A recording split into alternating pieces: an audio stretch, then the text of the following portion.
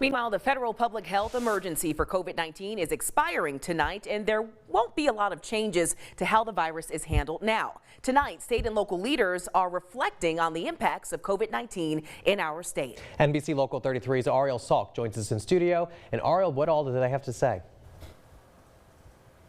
They say Louisiana was hit hard, but the state was uniquely prepared because of the hurricane prep that Louisiana has to weather any storm.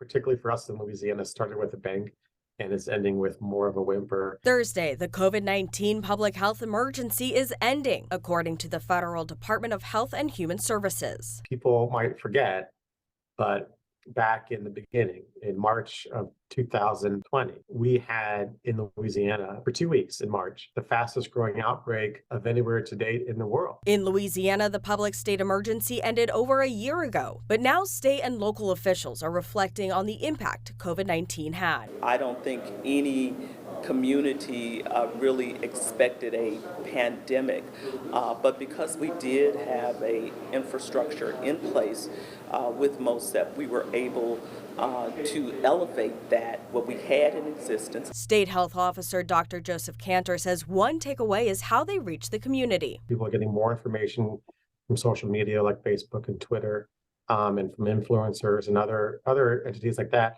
That traditionally state government has not been very savvy. You really have to meet people where they are. The mayor says the pandemic showed how much we rely on first responders. We really elevated our appreciation for our frontline workers. Despite the public health emergency ending, COVID-19 is still here to stay. And we anticipate that in time, it's going to become more like the respiratory viruses we already deal with. And for those people who may consider themselves somewhat compromised because of other health conditions, I believe they're still taking precautionary measures. Ariel Salk, NBC Local 33 News.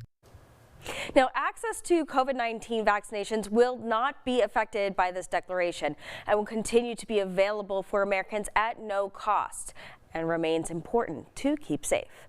Ariel Salk, NBC Local 33 News.